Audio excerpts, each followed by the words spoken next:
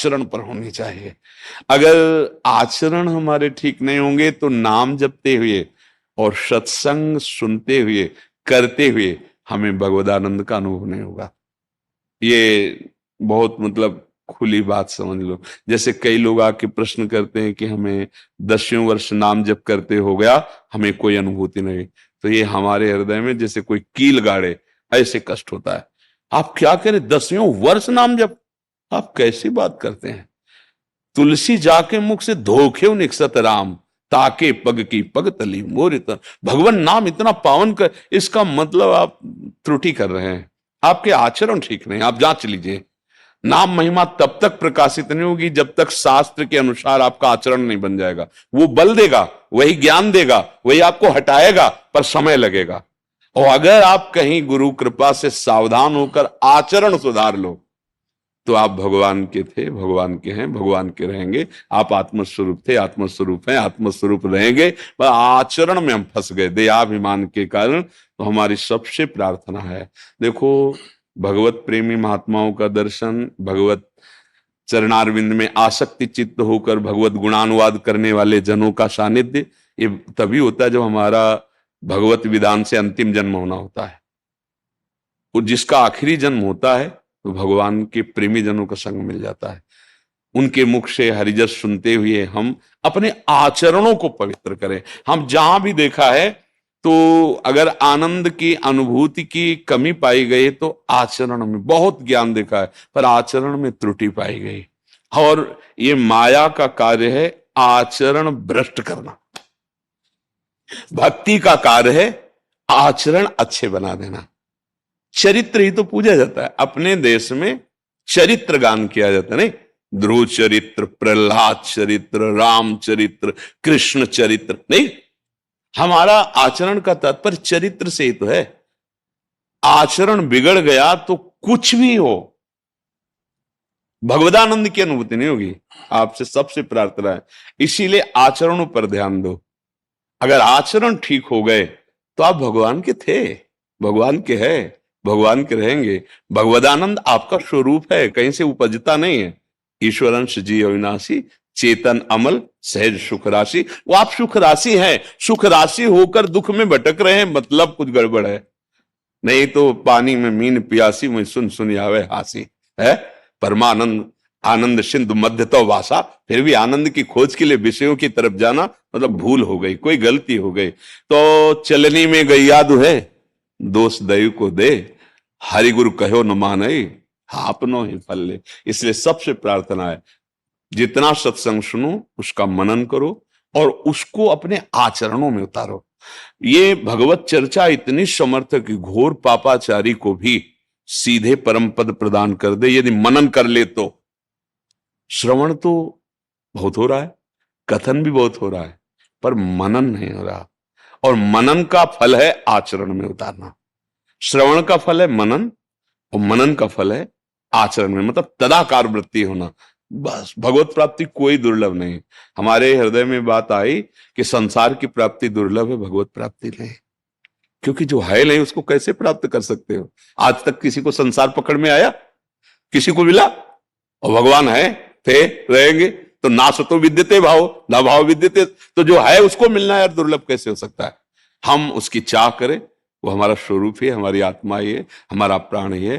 पर ये जो अन्य चाहे हमें असत मार्ग में ले जा रही हैं, इन पर शासन होना चाहिए। और हम सब जो अपने आत्मस्वरूप भगवत चर्चा करने वाले महापुरुष जो धर्म उपदेष्टा जन हैं, यही हमारे गुरु हैं। हम इन्हीं के आचरणों का अनुकरण करते हैं।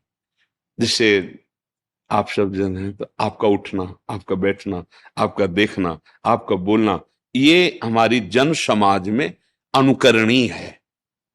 भले हम कैसे हैं प्रभु जानते हैं, हम जैसे हैं वैसे हैं, पर हमें प्रगट में किसी की श्रद्धा पर चोट पहुंच जाए, धर्म पर अश्रद्धा हो जाए, ऐसा हमारे द्वारा ना वचन निकलना चाहिए, ना हमारे द्वारा ऐसा आचरण होना चाहिए। हमारी स्थिति कैसी है हमारे प्रभु जानते हैं, लेकिन हमारे द्वारा हजारों का आचरण सुधरेगा, आचरण मंगलमय होगा। तो ये हम सब भगवत चर्चा करने वाले महाजनों से प्रार्थना करते हैं कि हमें बहुत सावधान है। हमारा जीवन अब हमारे लिए नहीं है, आपका जीवन केवल आपके लिए नहीं, लाखों का जीवन आप हैं। आप जब लाखों लोगों को चर्चा सुनाते हैं तो उनके अमंगल और पाप का नाश करके उनको परमानंद की यात्रा, परमानंद प्रभु का अनुभव कराते हैं। उसके लिए हमें चाहिए कि हमारा एक भी शब्द हमारे स्वामी की अवहेलना करने वाला नहीं होना चाहिए। जैसे कभी कभी सुनने को मिलता है कि बड़े जनों के मुख से प्रभु के लिए ऐसा, तब लगता है क्या अभी तक जीवन कोरा ही रहा? आप हमारे प्रभु को नहीं जान पाए? आप प्रभु की त्रिगुणात्मिका माया में फंस गए? और आप तो त्रिगुणातीत प्रभु के गुणों का वर्णन करने वाले हैं। आप तो फिर आपके वचन ऐसे कैसे निकल गए जो हमारे प्रभु की अवहेलना करने वाले हो? इसका मतलब आप स्वयं नहीं जाने। तो अपने प्रीतम की हर वृत्ति परमानंद का अनुभव करने वाली होती है। बहुत सुंदर उदाहरण, जिस समय बलि जी ने अपना सर्वस्व भगवान को दिया, बहुत मतलब ऐसा हृदय में धारण करने योग्य बात है, अद्वितीय। देखो, प्रभु ने सब ले लिया और कहा बांधो इसको, वरुण पास में बांधो। ये मतलब आराध्य के प्रति कितना हमारा पवित्र भाव होना चाहिए, मंगल भाव होना चाहिए।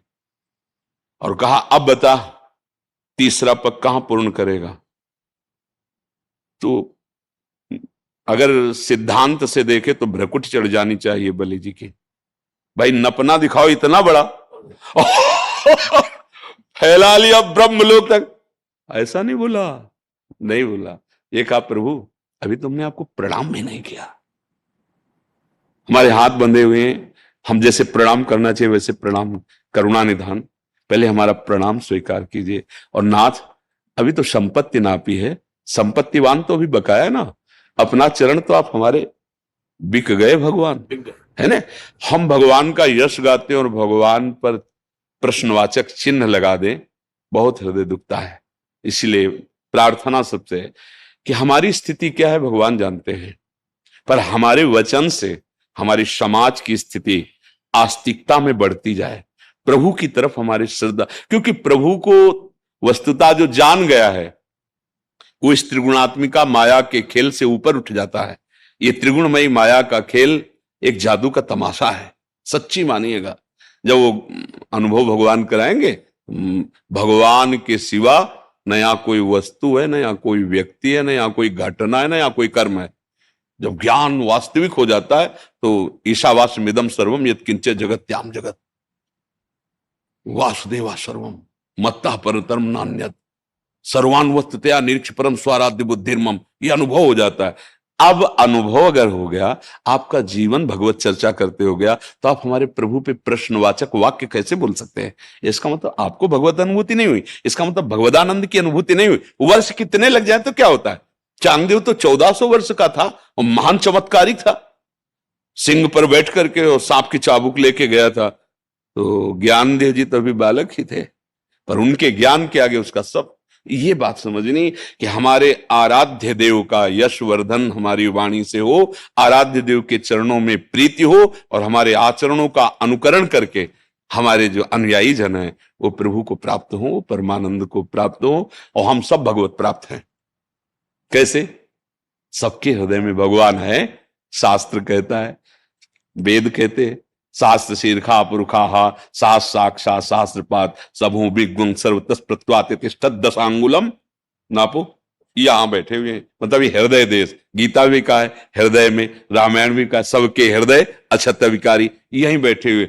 बस जो है उनको स्वीकार करना है। पूरी गीता सुनने के बाद अर्जुन जी को कुछ और नहीं मिला।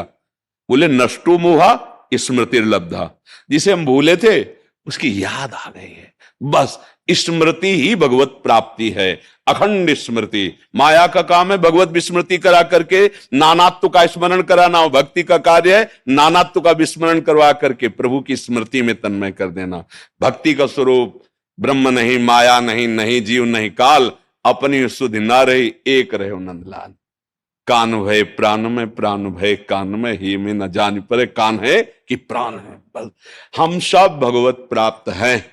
जो प्राप्त है बस उसका अनुभव कर लिया जाए, उसका चिंतन किया जाए, और वो बड़े कृपालु, कृपा करके मानव देह दिया, सत्संग दिया, मतलब अब उनकी तरफ से कमी नहीं, अब हमारी तरफ से कमी है। हम अपने आचरणों को शास्त्र संयम में रखते हुए, भगवत प्रेमी महात्माओं के द्वारा गाए हुए जो भगवद यश है उसके अनुसार चिंतन मनन करते हुए आचरण सुधारे, निश्चित इसी जन्म में इन्हीं नेत्रों से भगवान साहब, एक ने प्रश्न किया था, क्या इन नेत्रों से हम ऐसे प्रभु को देख सकते हैं जैसे आपको? तो आप तो बहुत दूर हैं, बहुत नजदीक, इतना नजदीक कि वो नेत्रों में समा जाते हैं, वो नेत्र ही बन जाते हैं। जित देखूं तित श्याममयी, जड़ चैतन्य कछु नहीं दिखत, जित दिखत तित श्याम खड़े, प्रिय मूर्ति नयनन बसय, तेही रसदाय समान। ये कोई कठिन बात नहीं जैसे दिमाग में बैठा लिया जाए भगवत प्राप्ति कठिन, ये कठिन कठिन है भोगों का त्यागना, कठिन है अधर्माचरणों की रुचि का त्यागना। इसको त्याग दो तो हृदय देश में भगवान मुस्कुराते हुए बैठे अनुभव हो जाएगा। और उसका उपाय बहुत सहज सरल है।